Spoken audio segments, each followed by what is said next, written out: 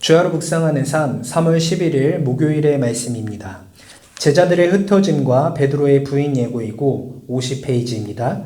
저는 제목을 최선의 고백으로 정해보았습니다. 제가 먼저 오늘 본문 마가복음 14장 26절에서 31절의 말씀을 읽도록 하겠습니다. 경청하시면서 함께 읽어주십시오. 이에 그들이 찬미하고 감람산으로 가니라. 예수께서 제자들에게 이르시되 너희가 다 나를 버리리라. 이는 기록된 바 내가 목자를 치리니 양들이 흩어지리라 하였음이니라. 그러나 내가 살아난 후에 너희보다 먼저 갈릴리로 가리라. 베드로가 여짜오되 다 버릴지라도 나는 그리하지 않겠나이다. 예수께서 이르시되 내가 진실로 내게 이르노니 오늘 이 밤 닭이 2번 울기 전에 네가 3번 나를 부인하리라. 베드로가 힘있게 말하되 내가 주와 함께 죽을지언정 주를 부인하지 않겠나이다 하고 모든 제자도 이와 같이 말하니라. 아멘. 네, 오늘도 우리 본문 말씀 한번 살펴보도록 하겠습니다. 오늘 본문의 말씀은 이제 어저께 그 최후의 만찬, 성만찬 사건 이후에 감람산으로 이동하시고 나서의 모습을 볼 수 있습니다. 이 감람산으로 이동했을 때에 예수님께서 제자들에게 당부하신 말씀이 있는데 무엇이냐면 이제 자기가 앞으로 잡혀가실 것이라는 이야기를 하시면서 그때에 너희가 다 나를 버릴 것이다 라고 이야기를 하고 있습니다.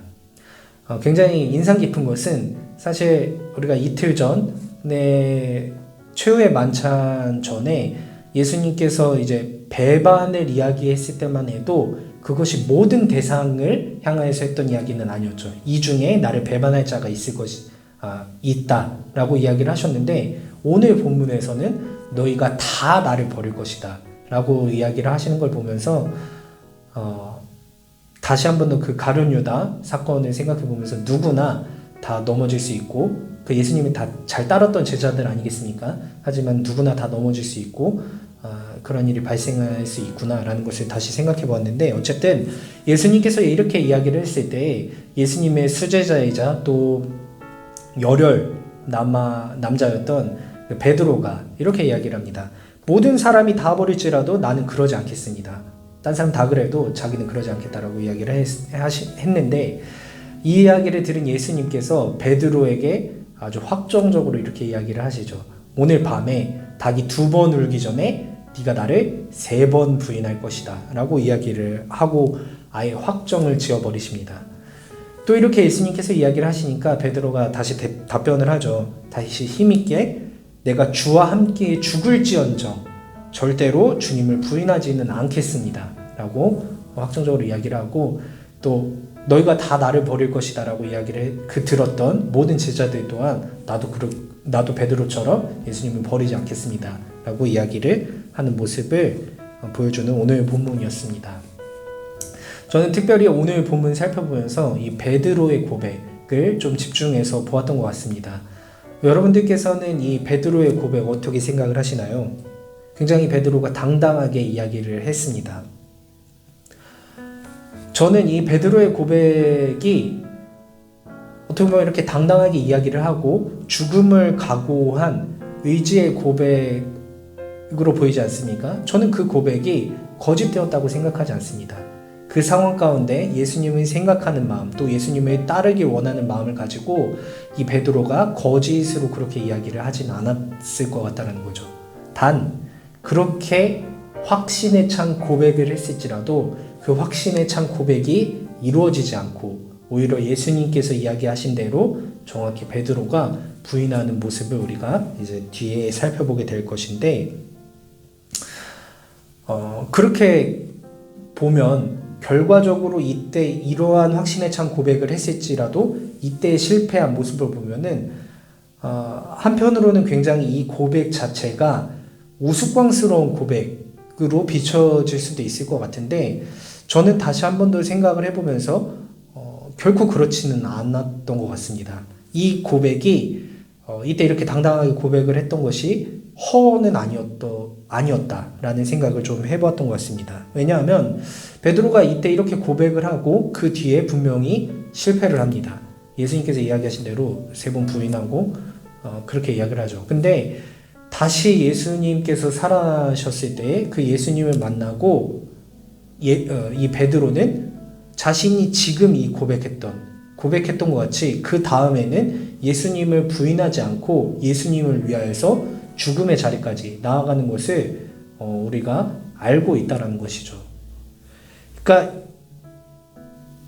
그 죽음 자체는 예수님께서 이미 승천하시고 나서의 죽음이기 때문이기 때문에 예수님과 뭐 같이 있는 상황에서 죽은 것은 아니지만 분명히 예수님을 위한 죽음이 되었고 예수님과 함께 죽은, 예수님을 부인하지 않고 예수님을 위해서 예수님과 함께 죽은 죽음이었다라는 것을 생각해 본다면 저는 이때 이러한 고백이 있었기 때문에 베드로가 이 고백을 다시 생각해 보고 이 자신의 고백이 잘 지켜지지 않았다는 것에 대해서 다시 부끄러움을 느끼고 회심하는 마음이 있었기 때문에 결국에는 죽음의 자리까지 나아가고 예수님의 이름을 부인하지 않은 것으로 자신의 행동을 증명해내는 삶을 살지 않았나라는 생각을 해보았던 것 같습니다. 그랬을 때 베드로의 이 고백은 최선의 고백이었다라는 생각을 조금 해본 오늘 본문이었던 것 같습니다. 이런 말이 있습니다, 여러분. 실수는 있어도 실패는 없다. 우리가 베드로와 같이 우리 또한 이렇게 살다가 신앙생활을 하다가 많은 은혜를 받았을 때 우리는 종종 이렇게 베드로와 같이 확신에 찬 고백을 할 때가 있는 것 같습니다. 그 주신 은혜가 너무 크기 때문에 내가 이제 예수님을 위하여서, 하나님을 위하여서, 주님을 위하여서 나의 모든 것을 드려서 헌신하고 나를 드리겠습니다 라는 이런 고백들을 하기 마련인데, 그렇게 확신에 찬 고백을 했을지라도 우리가 다음 모습들을 살펴보면 이때 고백했던 만큼에는 너무나도 부끄러운 실수하는 모습들, 우리가 넘어지는 모습들을 너무나도 많이 보여준다는 것이죠. 그렇다면 우리가 이때 고백했던 것이 다 거짓 고백이었나 라고 생각해보면 그렇지는 않다라는 것이죠. 우리가 실수를 해서 다시 넘어졌을지라도 이때 이 고백이 있다라고 하면 이 고백을 우리가 다시 되뇌이고 우리가 이 고백으로 다시 돌아가게 된다면 우리 안에 다시 한 번 더 주님을 향한 온전한 마음이 생겨서 이 고백에 걸맞는 삶을 살아갈 수 있을 것이다 라는 생각, 우리 그리스도인의 삶이 넘어질지라도 실수가 있을지라도